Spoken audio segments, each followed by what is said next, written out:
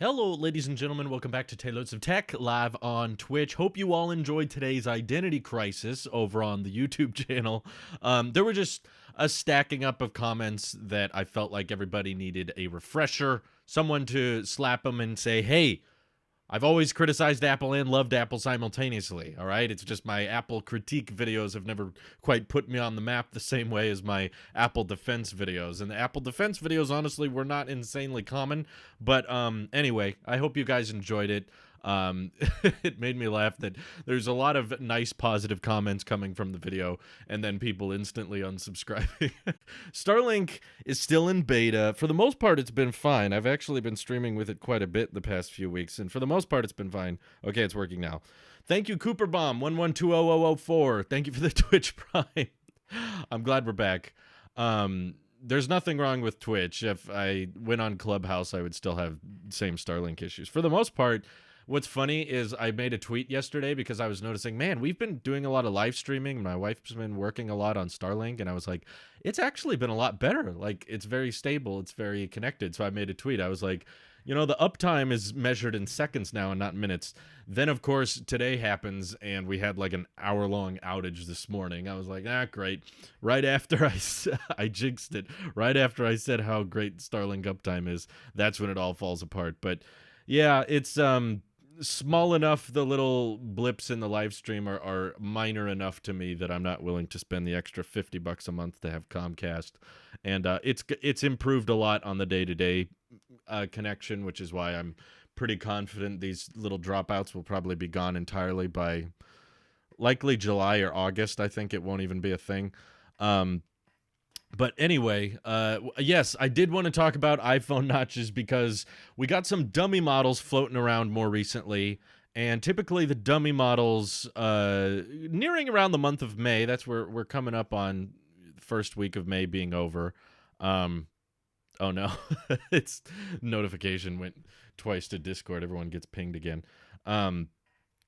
Hello, 21 Bricks, welcome. I don't need to download the video as long as you guys can see me. Okay. Essentially, Unbox Therapy got a hand on an iPhone 13 Pro Max dummy model, which I believe I am able to show you. We have the technology for this. Whoa, isn't this cool? Okay. So he had it right next to a 12 Pro Max here. Obviously, you can see the camera bump getting more and more memey. As the lenses themselves get enormous and huge.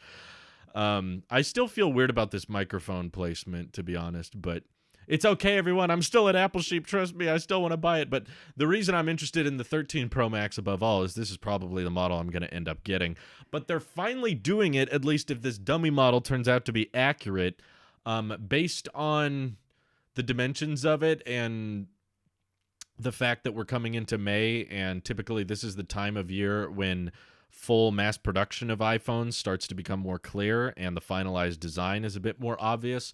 So the fact that this dummy model, that they're finally doing the thing I've suggested for so many years, which is to move the earpiece up to be embedded near the steel, and that way you can push all the sensors together. But ultimately, now that they've done it, I can confidently say, this doesn't look much different, does it? I mean, it's still going to be a notch. It's still a cutout that's present. I'm excited for camera upgrades, of course, though, because the ultra-wide lens has been pretty much unchanged ever since they introduced it on the iPhone 11. I'm not going to play the video because I don't want to get copyright strikes, but it's... I like how the comments are saying, like, it's amazing how the size of the notch is so focused on by everybody. Like the difference in size is so unnoticeable, in my opinion, to the average consumer. Like, it will make such little difference to everyday people, but it's hilarious that the tech community makes such a big deal out of this type of thing of the notch. Because like, hey, the earpiece has moved up. To be frank, I do notice it a little bit, but that's because I'm a techie person who can do my best to tell the difference. Like, if I go in public and I look at other people's phones, I will do my best to see if I can notice the difference. I'm putting my foot on the router. I probably shouldn't do that. It's definitely less intrusive when in landscape. I mean, I would argue it's not, though. I would argue that it's noticeably smaller, but the intrusion of having a cutout when you're watching something in landscape mode, you're really not getting much more content. You're probably getting a few extra pixels, but for the most part, not. I don't think it makes a big difference. I mean, it will take probably a few seconds for you to get used to it. Like, I bet after a couple minutes of usage with the new notch, you will not even think about it. You will maybe go back to an older iPhone with a bigger notch and be like, wow, the notch used to be so much bigger. But you will get so comfortable with that notch size so quickly.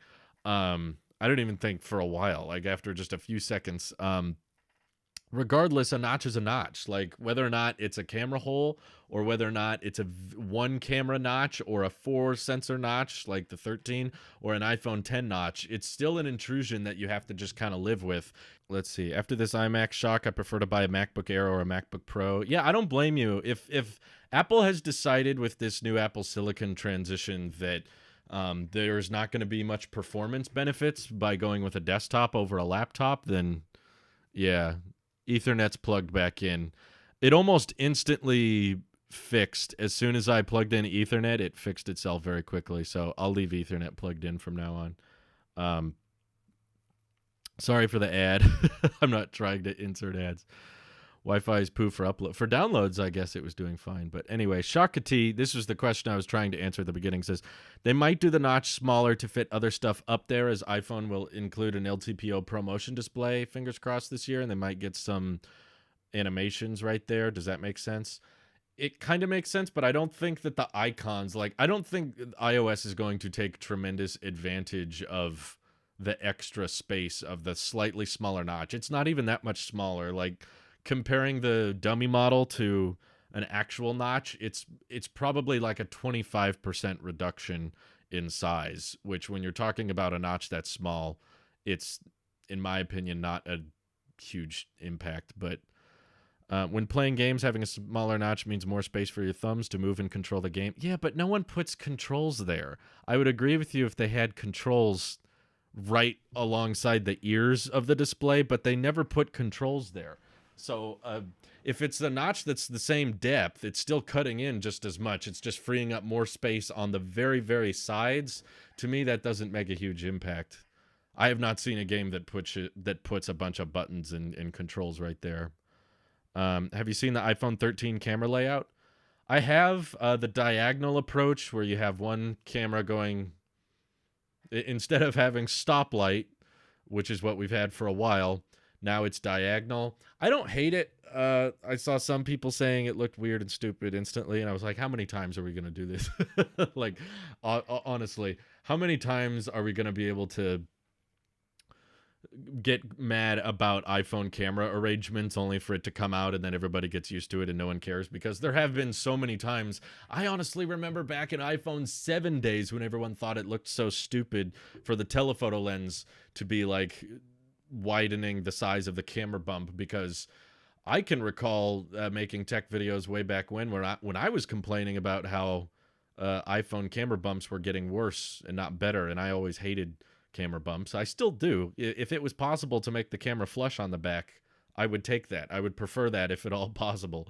But yeah, there was all these complaints always with camera bumps. But yeah, honestly, looking at the iPhone 13, let me see if I can pull it up here, so people can know what I'm talking about. iPhone 13 camera layout. Oh, okay, here's a good picture of it. I think I can bring it up here. Oh no, this doesn't have the render I was just looking at. Where's this one? This is the one I'm referring to. So you have the two cameras is how we have it now, up and down, and now they're diagonal. I mean, at first glance, when you're not used to it, yeah, I agree. It does feel a little bit weird. It feels a little bit off, but honestly, what I would agree that's kind of nicer about this layout is that the flash and the microphone are a bit more like evenly laid out. It doesn't feel like any of the sensors are too like off-centered from each other. Here's another one. Kind of like a pink with a slightly smaller notch, but it feels like mic, flash, and cameras are all kind of equal distance from each other, whereas in the old-fashioned days, of today, present-day iPhone cameras, let me get a better example of that. There's this like giant square camera protrusion here, and you have the flash and the mic here, but then like nothing here. So they don't really feel equally distant from each other to the point that, yeah, I mean, I don't hate it. It actually has grown on me a lot just from being around for a while, just the idea of having a equal distance from all your sensors. That looks like they're preparing us for a quad camera setup. Yeah, that could be it. They're just getting us ready. There's probably going to be another lens there eventually. iPhone 6. Ew, it has a bump. iPhone 7 Plus. Ew, it is long. iPhone 10. Ew, it is a traffic light. And on and on. Yeah, it keeps getting worse. I would say of all the camera bump redesigns we've had over the years, this is the one that I feel like has the least amount of criticism, like the least amount of complaints. But that's the thing, too, like YOLO is saying, how often do we look at it? Almost never. That's why back designs are significantly less important to me than front designs. iMac. So I love the iMac design from I love the iMac redesign from the back and the side. But like you said, we never see it from that angle. Unless I just buy that iMac and turn it around facing away from me and just keep it on my desk at all times. I missed the iPhone 10 camera bump. Volts, everyone was saying they missed the iPhone 7 camera bump when the iPhone 10 came out. And when the iPhone 7 came out, everyone missed the iPhone 6 camera bump. I will agree. I do kind of miss the days where cameras were just completely flush with the back. When was the last one? iPhone SE. I think the first generation iPhone SE was the last iPhone to have a clean, flush back. And it had a 4K camera. I think to this day, the first generation iPhone SE is the only design, it's the only smartphone that had a 4K camera and a flush glass and lens on the back. I'm not sure there was another phone that could do that. Broman says, what monitor do you recommend? I want a clean high-res monitor with a Mac Mini. I mean, there's so many. That's the confusing thing, is like there's like a billion different monitors to choose from that have different things that certain people care about. I'm not particularly picky. I just go on Amazon and search like whatever the most top priority tech spec is, like the size or the resolution. So if you want it to be 4K, just go on Amazon and search 4K monitor and sort by price, and then you'll probably find a couple of good ones. And then you can check the reviews on them, and if you're good, that's just how I shop for monitors. I don't have like a LG 7X8939 is the best monitor. Like, I don't know. I just searched, that's probably my last Amazon search result. Yeah, 4K monitor. If I just search 4K monitor, first one, $275, 28-inch 4K monitor. It's got 4.5-star ratings. It has a bit of a chin, but a lot of you guys don't seem to mind of chins. It looks kind of ugly from the side, but who cares? The side bezels are very thin. Top and side bezels very narrow, which I like. Black bezels, which I appreciate. Let's see. 27-inch 4K Dell P2721Q. God, where did they get these? Thin bezel monitor. I like that. Oh, yeah, the bezels are pretty thin on this one. This one's $430. It's got a bit of a chin, but it's definitely narrower than the iMac chin. Yeah, I don't have a secret code. It's just browsing, just looking for ones that have good reviews that are at a decent price point. Why do headphones and monitors have such stupid names? I agree. I don't understand why they can't come up with just some simple nickname or something, Thin bezel monitor. I don't know. Just call it something simple. You don't have to add the whole serial number to the naming of the device. No, thank you. Let's see. I think the idea that white bezels are to make the device more approachable is incorrect. The iPad Air is also colorful and geared to average consumers, and it has black bezels. Did anyone complain that the iPad Air wasn't approachable? No, they didn't. I agree with you, YOLO Piop. A lot of people think that I'm just so upset about white bezels, but the truth is people just keep bringing it up. I think it's just instantly become such a hot topic for everybody in the community because this new iMac design has just divided everybody and gotten people down the middle to the point that I ran a Twitter poll because I was curious what my audience would say. It appears that with 27 minutes left in the poll, so if you haven't voted yet, you can now. 82% of voters, which we had 2,000 people vote, 82% preferred black bezels over white bezels. However, I will also mention there were a lot of people in the replies saying that I don't mind white bezels. White bezels are kind of a cool retro look. And I like the new iMac design, but I prefer black bezels. And I was like, okay, well, that's different discussion. We're not saying, do you hate the new iMac design? We're saying, would it have been better, if it had the black border? To me, it's because of the black line that displays naturally have.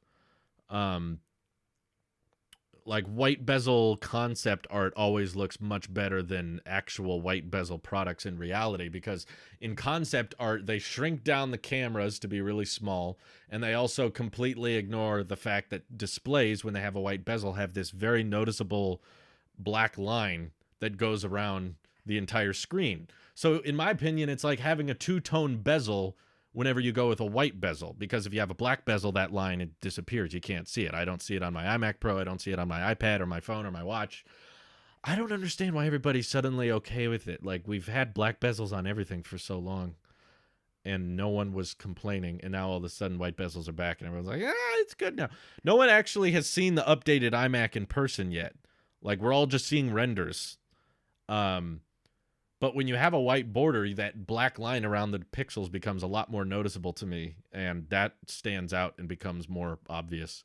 Yeah, the dude brands are stupid. I don't want to wrap tape around the display. That's going to, for one, it's going to be not flush, so it's going to be super obvious that you have a sticker coming off there, and it's $100 or whatever. It's crazy.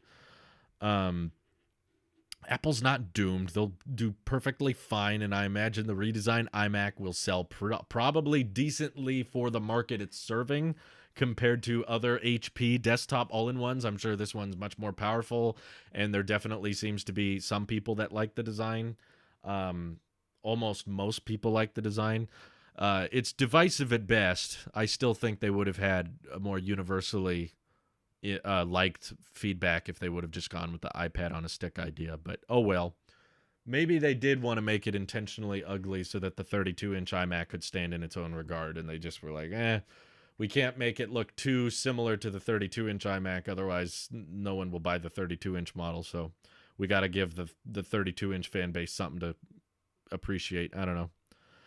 To be fair, the Home Hub has white bezels, and I'm okay with it. The software is usually white, and most photos are bright anyways, but I think where you do actual work instead of Home Hub on the side of a desk, black bezels make sense.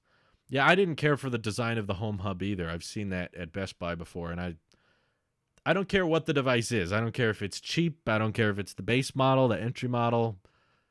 It doesn't, it's white bezels aren't substantially cheaper. If anything, they're probably more expensive.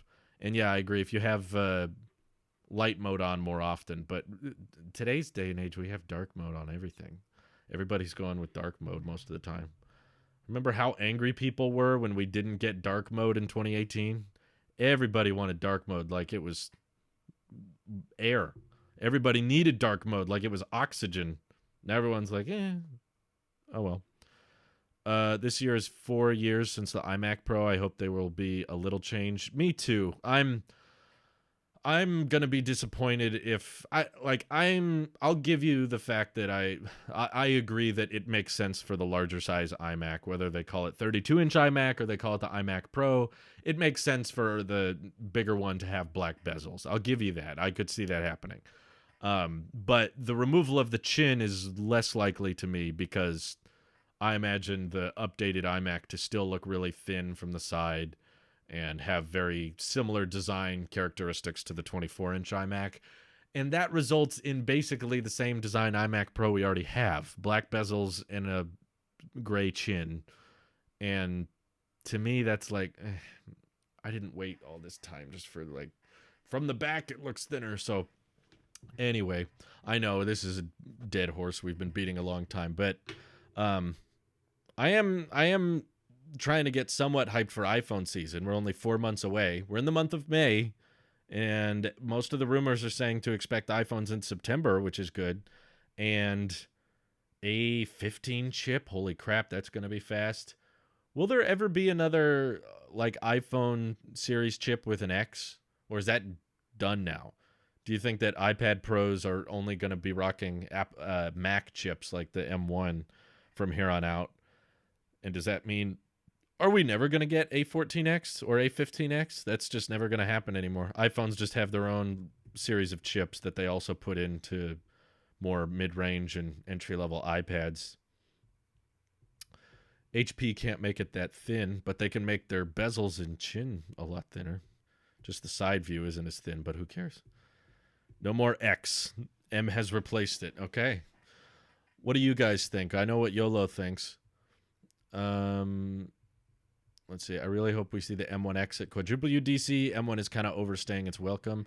I personally agree. I've been met with disagreement on the tech podcast by Nick and Randy, but to me, I don't understand why we have to stick with M1 for an entire year. Like, I expect Apple, similar to previous years, to upgrade several product lines at different times. You don't have to just upgrade all of your Macs all at once. And to me, the 24-inch iMac would have made so much more sense if it had a performance difference that was substantially higher than that of MacBooks and Mac Minis. I could be like, okay, so this serves a different market, someone who wants a bit more performance. But the fact that they're now putting the MacBook Air chip into a desktop and still all we've got is the M1 is like, yeah, I'm ready for a bit more. I'm ready to see where else the Apple Silicon train can take us. I'm ready for a bigger performance gain where we can start seeing, all right, we know what the M1 is capable of. Let's see what's next. You know, the A12 came out and was really fast on the 2018 iPhones. And then like a month later, the A12X launched. And it was substantially even faster than that. So those are only a month apart, but they were still built on that same architecture. So I don't understand why we have to wait like a year before we get any improvements to the M1 chip. I get that the M1 is fast and powerful, and that's great. I'm happy for it, but I want to see where else can it take us. You know, I want to start seeing the 28-core competition of Apple Silicon, something that can actually rival the high-end Mac Pros of today. I don't understand why they put the M1 in the iPad Pro. For me, was the M for Macs. Did they specifically say that M is for Mac? I mean, that's how I thought of it too, but I don't recall if during the event they specifically said that M stands for Mac. But I do know that there were many times leading up to the Spring Loaded event I was suggesting that the iPad should get the M1 chip, because I'm like, if it's so similar to the A14X anyway, and the iPad is a bigger device and can pull a bit more power, yeah, just slap the M1 in the iPad. Why not? And a lot of people said that I was incorrect and that wasn't going to happen. But I'm glad they did it, because I'm fine with the iPad getting overkill hardware. I just want the Macs to also get overkill hardware. There's probably an argument to be made that the M1 is overkill for a lot of what it's serving a market. You know, a lot of college students buying MacBook Airs don't need M1 levels of performance, but if they can build the M1 for cheap and put it in something like a Mac Mini, then great. You know, just give overkill performance to everybody. That's fine. So I have no issue with them putting it in the iPad, especially if the A14X was going to be so similar anyway. Like, why bother? Why do we need all these different chip names if they were going to be comparable in terms of performance? Let's see. They put the M1 in the iPad Pro because it's an A14X with a Thunderbolt controller, so why make a separate chip? Marketing? I don't think having separate chips helps marketing. A14X being the same chip as the M1, I don't like. Just call it M1. Shorten it. It's a chip. Introducing the M0.5. Yeah, it's half the performance of the M1, of course. Let's see. JJT says, should I buy an M1 MacBook or wait for the M1X? Yeah, if you can wait, I'd say wait. Like, if you're in a rush and your old Mac is not doing what you need, then I guess you can buy one now. I wouldn't recommend getting the MacBook Pro, though, to be honest. I think it's very safe to say we are going to get more powerful, more capable MacBooks later this year. It's not exactly certain that we'll get them at quadruple UDC. We might, but there's also a chance of it being another just software event. We might not get new MacBooks until like October, November. But if your current Mac is fine and you can still do what you need to do on the Mac, then just hold out and wait as long as you can. Um, but yeah, that's the only instance in which I would say don't wait, is if like you need it for school and you can't wait and you need a Mac soon. If time is a factor, then sure, I get it. But I would be happy with M1 and decent graphics. Yeah, Gustavo, I think most people would. I think the majority of people are perfectly content with M1 levels of performance. Most people probably don't need a chip faster than that. So I could see why Apple is not prioritizing M1X, because they just see that M1 is tremendous overhead for everything, but still. Let's see. Which platform will they start with at Quadruple UDC? Last 5 years were WatchOS, tvOS, iOS, tvOS. Oh, really? That's Wouter's keeping track of all kinds of random things. What platform do they start with? 2020 was iOS. I think that makes sense. Probably iOS again. I expect it to be somewhat similar to last year's Quadruple UDC. Probably they're going to have Craig, because he's the head of software, doing a lot of it. And they know that iOS is what a lot of people have most interest in. So M1 is overpowered in CPU, but severely underpowered in graphics. I don't know if I would say underpowered for the market it's serving. You know, compared to the graphics that the Mac Mini used to have, it's still a substantial upgrade. And compared to the graphics the iPad used to have, it's still a substantial upgrade. So I don't know if I would say underpowered in graphics. It's just not insanely good. But still, for the market it's serving, it's most certainly an upgrade. I don't think the M1 will make it into iPhones, though. I feel like they just rely on such a different power supply, and they are just such a fundamentally different device, that it makes sense for the iPhone to keep having its own exclusive line of chips, the A series of chips. I wonder if they would rearrange the naming if they could. It would be funny if they gave the M1 to the iPhone. Yeah, the M1 chips are a bit more power intensive, so that's why they wouldn't put it in the iPhone. But I do agree the silicon in most iPhones these days is probably overpowered anyway. Has anyone really tapped out the potential of the A14 chip in their iPhone 12s? Like, I doubt it. Probably not. Most people just doing basic social media and stuff. Let's see. Maybe it will be in the Pro Max model. I doubt it, but that would be hilarious. I'm mainly just so ready for my iPhone to have 120 hertz. That's what I can't wait for. Like I'm just so done with 60 hertz displays. I want 120 hertz on everything, which is why if the 32-inch iMac ends up looking like the 24-inch iMac and it still has a big chin and I don't care,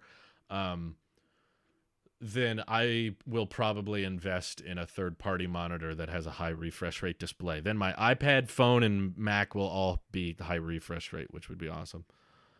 If you had to choose between MacBook Air M1 or iPad Pro M1, which would you go with? Ooh. If I get to keep my iMac Pro, then I would choose the iPad Pro M1, because I am planning on keeping that, assuming I can sell my old iPad Pro. Just because I love my iPad and I'm ready for a newer one. I'm excited to try out the mini LED display. I love the center stage feature. I think that's really cool. And I want to try out the Thunderbolt port that's now on the iPad, so you can have faster transfer speeds and that kind of thing. So I'm pumped for all of the iPad Pro upgrades. I don't really need two Macs, though. Like, I like having an iPad. iPad's great for, like, social media and making video thumbnails and checking email, and just, it's overall my favorite product in the ecosystem. This one is just solid through and through. Actually, the thumbnail for today's tech video was taken with the iPad, not my phone. It has portrait mode on the front, which a lot of people forget about, and it actually is a pretty decent camera. I've taken several video thumbnails. The last vlog I uploaded on Talos of Talks, I also took with the iPad camera, which was cool. So I love my iPad. The only reason I keep a Mac around is for one, the screen size. I like having a big display to edit videos and do live streaming. Stuff like this, even if the iPad ran Mac OS, it would be a bit inconvenient because I have to have OBS open to check on bandwidth and stream settings, and also have Twitch open to read the chat. and also have another window open if I want to show you guys something. So doing all that with a 13-inch display, I know because I did do it on the M1 MacBook Air. It's kind of frustrating. It's a little bit claustrophobic to deal with a display that small. So I keep a Mac around for the software, the pro applications, like being able to live stream like this and plug in external microphones and external cameras and do Final Cut editing. That's really the only reason I keep a Mac around, that and the size. So iPad is much better for working on, pictures and thumbnails. So if CAD Mac is assuming I get to keep my iMac Pro, then I would rather have an iPad to go along with. I used to have, like when I first got my iMac Pro, I still had a 15-inch MacBook Pro. I tried to keep both for a while, but I very quickly realized that I did not utilize both. I don't have much use in keeping around a mobile Mac and a desktop Mac. Like if I have a desktop, I'm just going to use that. And if I have a laptop, I probably won't do much with it. It'll probably just sit around because I'm rather going to use the Mac on the bigger screen when I'm getting work done. If I spent more time on the road, like my wife and I have talked about in the future, doing more longer trips and traveling a lot more.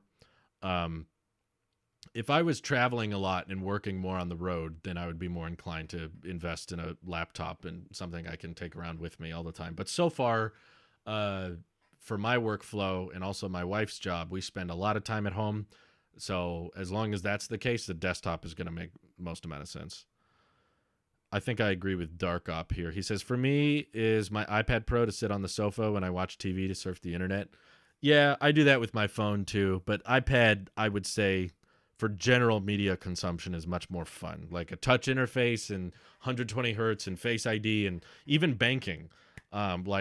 Being able to sign in with all of my different, like paying the electric bill and paying the water bill and all the different website, all my utilities I have saved through iCloud Keychain, and being able to access all of those things through Face ID unlock is so much better than a Mac and having to rest my finger on the Touch ID sensor. Instead, I just open the web page and it looks at me and it unlocks. And the speakers on the iPad are great. The display is fantastic. And now I'm about to get an iPad with, extreme dynamic range and 120 hertz. So I love the biometrics. I love the no notch. I love the one size bezel. It's just such a knock out of the park product that the MacBook is like, if you want Mac OS because it has the pro applications you need, it's good at that. But to me, it's less fun. Macs are less fun to use than iPads, just in general. I don't care if they have it. Ooh, the iMac has colors now. This is so much more fun because desktops are about having fun, right? I love not being able to take my computer anywhere. I'm going to set it up in the kitchen. MacBook Pro battery to 20 hours is good for traveling. In my experience with the M1, if you're doing something power intensive, your battery life is still going to drain insanely quick. It's better with the M1 than it was with Intel, but it's not going to be 20 hours if you're doing Final Cut. But if you're doing basic web browsing, it's going to last you, even with the MacBook Air, it lasts me an insanely long time. I used that thing just with Twitter and Discord for like over an hour, and I didn't even see it drop 1%. It was insane. Would you switch to a cheaper Mac Pro if Apple unveils one? I'm somewhat tempted, yeah. Like I said before, I'd be very interested in a M1X equipped Mac Mini, even if it didn't have the Mac Pro branding. As long as it was objectively faster than my iMac Pro in every way, and I could hook it up to a monitor of my choosing, I'm very interested in that in the event that the 32-inch iMac sucks by the front design, which I'm considering a very real possibility at this point. I think the battery life will be the same as the LTPO will allow for 1 to 120 hertz, which means that at times it's not using 120 hertz. It can lower refresh rate, so it should balance out. Plus the A15 should need more efficiency. Yeah, from what I've heard, it sounds like battery life should be improved with the iPhone 13 this year, which I'm happy about because, for one, it's not a huge shock considering the iPhone 12 series was pretty much a downgrade in battery across the board. 12 Pro Max battery was worse than 11 Pro Max. 12 Pro battery was worse than 11 Pro. I believe iPhone 12 battery was worse than an iPhone 11. Apple may claim otherwise on the website, but in all the real-world tests I watched, pretty much every model was worse than the last one. And the iPhone 12 mini battery was, of course, its weakest. selling point, its weakest attribute. But yeah, so that makes perfect sense that as iPhones might get slightly thicker, I believe I've read a few reports saying that the 13 series should be slightly thicker than the 12s. They'll be getting larger batteries internally, and then correct, the LTPO should help with display power efficiency as well as A15 chip being more efficient. So yeah, I think we should expect battery life improvements. I'll go on the record and say I'll be surprised if they don't improve on battery life a little bit. I don't expect like 5 hours longer than last year, but maybe like 1 hour longer, 2 hours longer. Just like a bit, just a noticeable improvement in battery life. Will the new MacBook Pros have 120 hertz? I doubt it. I think the only reason they prioritized it on the iPad was because of the Apple Pencil and the low latency input. And Apple knows that gaming is not a huge attribute on the Mac. Even with Apple Arcade, there's not really that many arcade games that take advantage of 120 hertz anyway. So I don't think 120 hertz will be a big priority. Let's see. I wish they would, though, for the record. If they're bringing mini LED to the MacBooks and they can do mini LED with 120 hertz on the iPad, yeah, I'm all for it. You know, bring all the LTPO panels to everything. In fact, now you're getting me thinking. Can I make an agreement with you guys? Can I make it a public agreement? This might be fun.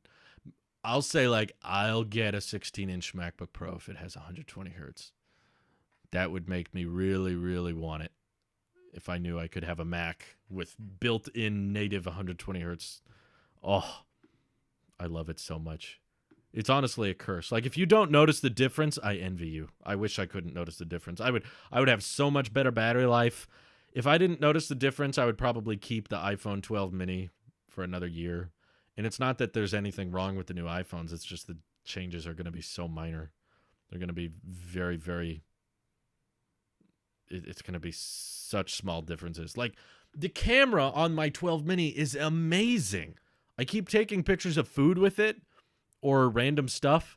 And holy crap, that deep fusion is insanely good. It's like so crispy, and I noticed even without the HDR thing turned on, I just noticed how well balanced the lighting is in different circumstances. And I went to a waterfall. If you guys aren't watching Talos of Talks, I hiked to this old waterfall from my childhood, and I went swimming at this like natural swimming area, and I jumped in with my iPhone 12 mini, and the footage was so cool. To like the fact that I could just take that in water and record at 4K at 60 and film underwater, and I saw fish and I saw rocks and all this views, and simultaneously it can do all these ultra, like, that camera is fantastic.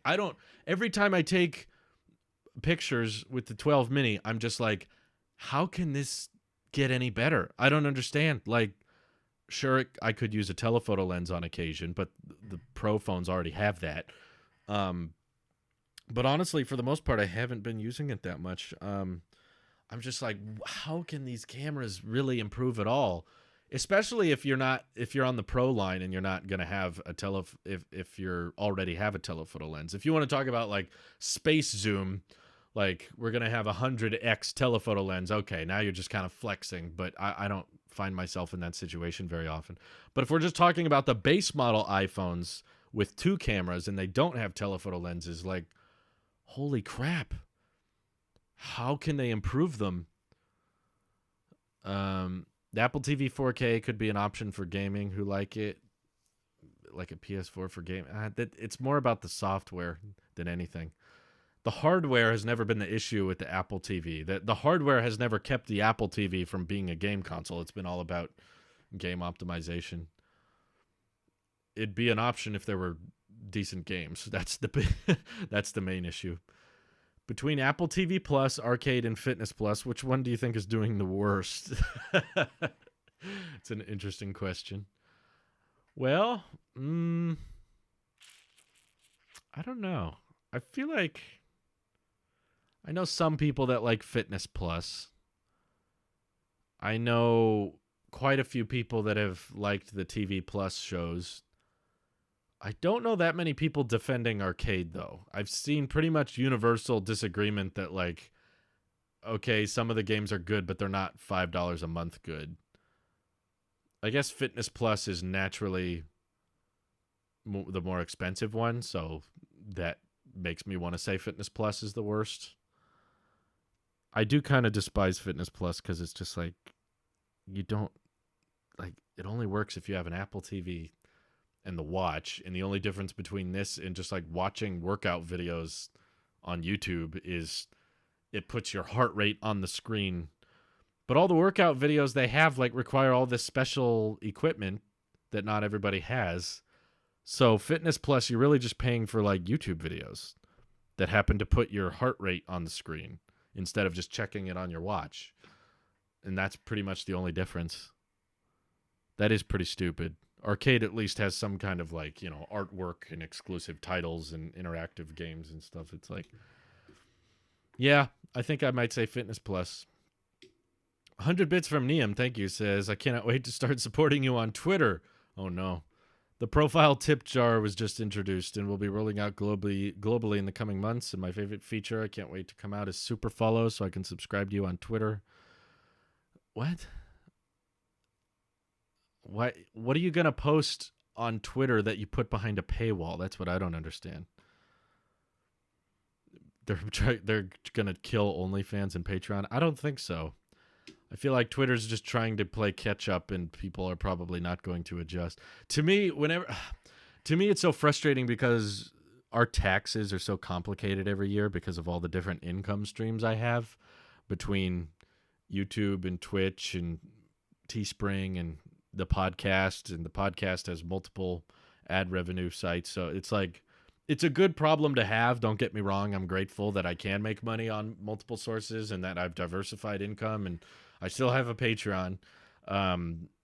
It's just, come tax season, it's so confusing to have to report all the different income streams.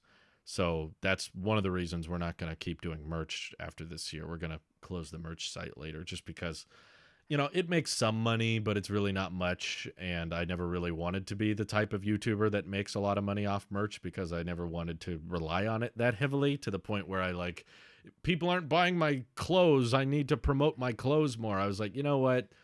It's just clothes and merch, and everybody has merch these days. So I was just like, for those who don't know, spoiler alert, this is the last year we're going to have Tailosive merchandise.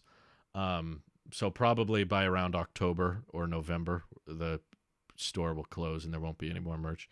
And it's not that you know, we're in trouble. We're in a position where we can afford to close income sources like that for the sake of simplifying our taxes, which is why hearing Twitter say they want to roll out their own monetization program is like, oh God, what am I going to put on Twitter behind a paywall? You need to subscribe to my Twitter page so you can get exclusive tweets. I don't see people doing that. So they're going to just start coming up with, for one, Twitter photos and videos suck. They compress the crap out of videos and they limit the duration of videos you can post, which is what a lot of Patreon is. I don't know much about OnlyFans. Sorry, I'm not in that market. I don't use that service in any way. Hate to break it to you, but I don't know much about OnlyFans. But I imagine that Twitter restricting so much and having locked tweets that are behind a paywall, I don't see going over very well. So I don't know how well that will do. It might do well. I don't know. But you think Fitness Plus would fail, but then Peloton is a thing. Peloton, I am also confused by, but it still makes more sense to me because Peloton has a hardware thing that you use with the service. Like, I wouldn't buy a Peloton. I know people that have them, and I'm still confused why they get them because I'm a mountain bike rider, so I'm used to riding mountain bikes out on trails and stuff. So I'm just like, you spent that much money on a bike that doesn't go anywhere? Like, I don't understand it. But I also don't pay for a gym membership. I don't think that's worth it either. So I'm not really part of the pay for fitness demographic. But I know what OnlyFans is, Ranked Planet. You don't have to explain. I understand what it is. I'm just saying I don't have experience with it. But Peloton, you buy this piece of hardware, and then there's a subscription that goes with that hardware. So I somewhat get it. Peloton's like, okay, now we're going to give you workout videos on how to ride this bike and how to use your service as you're biking and all these videos and tutorials that go along with it. Fitness Plus isn't providing any kind of hardware. Like, you can buy an Apple Watch without the Fitness Plus, and you can still track your workouts and do all of that without a subscription. Fitness Plus is showing you how to use gym equipment that they don't provide. Peloton is at least providing equipment and showing you how to use the equipment. Fitness Plus is just, here's how to use all this stuff that you need to provide yourself. Like, I bet a gym membership would be way cheaper if they didn't provide anything for you. Like, going to the gym, I understand, because typically there's trainers, but there's also a bunch of equipment that people don't want to have in their own house, whether it be the treadmills or the weight, the dumbbells and all the different workout equipment that people just can't have at home. So instead they subscribe monthly to go to a gym. I get that. My wife is talking about getting a gym membership, and I'm kind of surprised because she's usually more the type of person that would rather not pay for something monthly compared to avoiding a monthly cost. So I've been trying to talk her out of it. I'm just like, no, we can work out from home. That's what we've been doing. Just yesterday we did a bunch of weights, and we've been working out more and still playing tennis and hiking, and we're just trying to stay active. I just try to remind people that it's a very dangerous, it's safer than being on a mountain bike. Mountain bikes aren't that dangerous. Driving to the mountain biking trail is far more dangerous than the mountain bike trail itself. Having ridden mountain bikes for most of my life, I've never broken a bone riding a mountain bike. You just wear a helmet and gloves, it's fine. And it's much cheaper. But I think people rope in fitness with the expenses of workout equipment too much. So that's why Fitness Plus from a business perspective is pretty genius, in my opinion. I don't know what I just said, opinions. What is that word? In my opinion, people rope up like, well, I have to subscribe to Fitness Plus, or I have to subscribe to Peloton, or I have to pay for a gym membership because that's paying for health. That's my body. When the reality is, no. Whether or not you pay for Fitness Plus or pay for Peloton or pay for a gym membership, none of that stuff actually changes anything. You could pay for all three of those things and still gain weight. Spending money on fitness equipment does not make you healthier. It gives you tools to make you healthier, but ultimately you're the one who has to go work out. You're the one who has to take that equipment up and actually do the workouts. So some people, I think, sign up for it because they want the financial obligation, essentially. They're like, well, I'm paying for it, I better use it, and then that makes them work out. But I don't like that mentality, because it's like I have to guilt myself into working out by spending money, so that I feel like I'm wasting my money if I don't work out. Some people like that, but I'm not for it. Like the fact that we did a bunch of weights, there's so many great YouTube videos, and YouTube is free. Like we checked out this very short, very brief little 15-minute video showing exactly how to, we have some little weights that were real cheap. We bought them for like $10, I think. They've got some 8-pound weights and some 5-pound weights. I take the 8-pound weights, Louise takes the 5-pound weights, and we have all these exercises we go through for about 15 minutes, and then we take a break, and we hiked over 3 miles on Monday, and we're just trying to be more active. I don't like this message that a lot of the internet is trying to send, that in order to be healthy and in order to be active, you have to subscribe to something. You have to be spending money on health somehow. When in reality, you can do all that stuff for free. You're paying for gravity, like it's much, much cheaper than a gym membership. Oh, well. Yeah, gyms are a source of bacteria, but this is getting off topic. Yeah, I can imagine during the pandemic, especially, you probably don't want to be going to a gym that regularly. You a young man, I'm 47. Whatever your age is, you can work out without having to spend a bunch of money on something. Neum donated 50 bits and says, Drew, thoughts on new Twitter photo crop, Instagram killer? I missed the tennis vlogs. There's only so many ways to film tennis. We've been playing. I played it Wednesday, Tuesday. I played with my friend on Tuesday, not too far from here. There's only so many ways to film tennis. You know, it's just like, oh, okay, he hit the ball back and forth. I can't think of a great way to show it. I wish I had like really solid. Maybe I should live stream it or something. I don't know. I won't be able to interact with the chat or something. But yeah, treadmills are dangerous. I don't like treadmills either. I like running. I go on runs, but I don't use a treadmill. I just run around my neighborhood. Anyway, Drew, you must subscribe to Life Plus to live. Yeah. That's the future, right? Apple's just going to have a subscription, one subscription for everything. You're either in or you're out.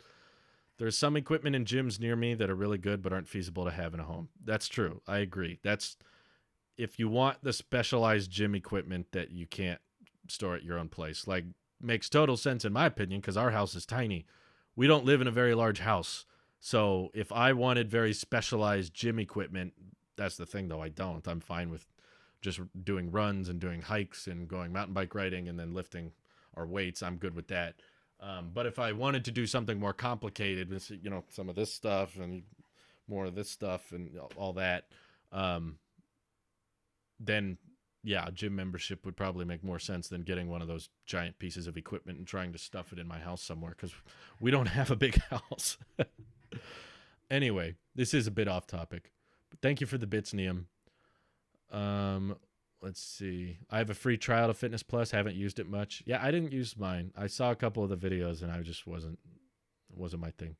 Most of the videos like required some type of equipment that I didn't have, and I was like, well, what's the point in paying for this? Just pay for something that at least includes equipment. If Fitness Plus was providing some of the equipment that they recommend, that'd be a different thing. But that's not the case. Not much to walk outside of my apartment here is just forest. Forest is even better. It's safer than walking by the road. There's more cars. Oh boy. Neum says, no offense, Drew, but I hate gyms. Feel like a lifelong monthly expense. So my boyfriend and I bought a house with extra rooms for his office and my gym. And let me just say the $20,000 gym investment was worth it and was happy to get rid of my gym membership. I know home gyms could be cheaper, but I told my boyfriend I wanted an actual gym in our house like Michael B. Jordan.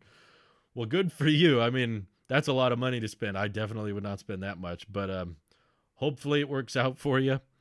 Thank you for the bits. But yeah, I don't like the lifelong monthly expense either. Apparently AirPods 3 clones are already out. I've been seeing those. Someone was unboxing the AirPods 3 clones. I find that funny. Do you think they're going to be a site refresh? I'm starting to think it's possible. I am actually reading a lot of these reports and I'm like, yeah, Apple doesn't like doing AirPods at events. And there's been several times where they've done AirPods site refreshes right after an event. And AirPods 3 feel like they've been ready, like they've been in production. 52 Audio keeps dropping reports of them. So, yeah, there's a lot of me that's just like, they got to be dropping somewhat soon. Unless they ran into some kind of major issue. Maybe there's a chip shortage or something. I don't know. I know there's a chip shortage, but I don't know if it's affecting AirPods. Have we ever gotten an AirPod event? The only one was basically the unveiling of the first generation ones back in 2016. Like, they unveiled it with the iPhone 7, and since then, they have not announced or unveiled any new AirPods. They've had software designated to them on stage. Like last year at Quadruple UDC, they talked about AirPods spatial audio and that kind of thing. They were like, here's some new software benefits AirPods will be getting soon. But they didn't unveil any new design or AirPods Pro, AirPods Max, all site refreshes. So yeah, I'm starting to feel like it could be any week now. Could be next week. Could be like the week before Quadruple UDC. I don't know. Alex Whitehead says all the HIIT, dance, yoga, and most of the core workouts don't require any equipment. Strength and some core needs dumbbells. Then all the specialized ones need each thing, i.e. rowing machines, etc. Yeah, I just have a hard time understanding why someone would pay for yoga instructions.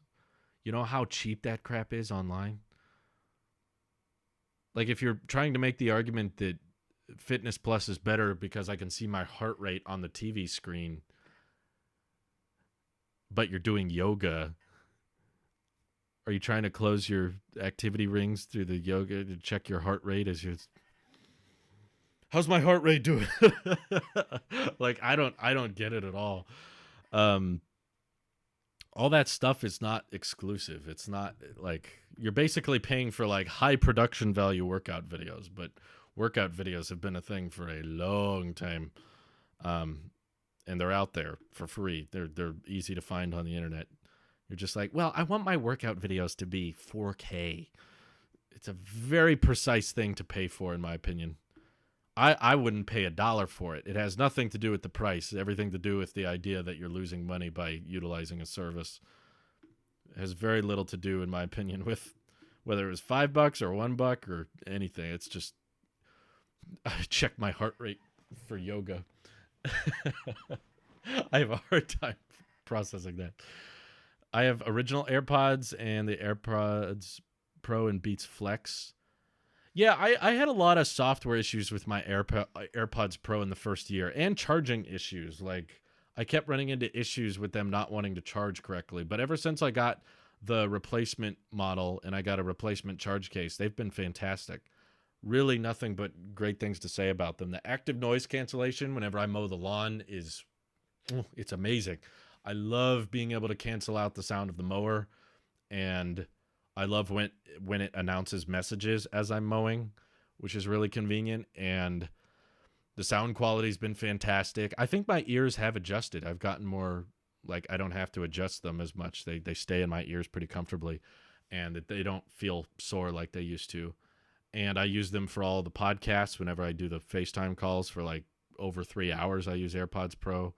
But the first year they had a bunch of software issues and charging issues. But since then, no complaints. So far, they're doing great. What is the model of the microphone I'm using? I don't know. What is this called? Behringer. Behringer. It's just called the Behringer, and the model number I think is on this side.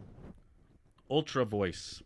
The Behringer Ultra Voice, and then I have it tied into my Zoom H6 mixer / I use this Zoom microphone for all my tech videos and stuff as well. No one texts me, so I don't need announced messages. No one texts Kai, and I'm sorry. I hope that they can figure out AirPods firmware issues because, yeah, there definitely have been a lot, at least for me. I would have thought they would release AirPods 3 for Mother's Day so they get more sales. Yeah, that would have been a good idea. Why hadn't they released them for Mother's Day? Maybe they're not going to release them. Oh, my God, I have so many plans. I don't mean to flex on you guys right now. I know I flex a lot about my Apple products and stuff, but I have so many social events coming up soon. I think it's just because everybody in my social circle has just gotten vaccinated and everybody's getting, everybody's getting their Moderna on, the Johnson & Johnson on. Everybody's getting all vaxxed. We've got a dinner with some friends tomorrow night. We got dinner with my cousins on Saturday night. We've got Mother's Day brunch with my mom on Sunday. And we've got friends we're going with that evening. Holy crap, I was just opening my calendar because I was like, when are AirPods going to launch? I was just looking. I was like, okay, it could be May 10th through the 12th because all the site refreshes are Monday through Wednesday.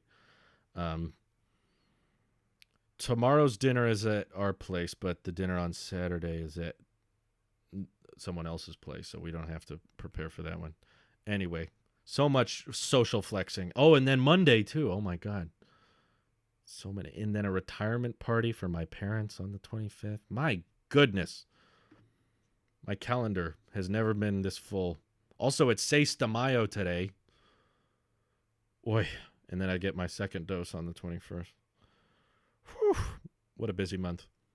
About a week after I got mine, they started having the ambient light of death. Got the case replaced and the problem was fixed. Now the right is dying faster than the left.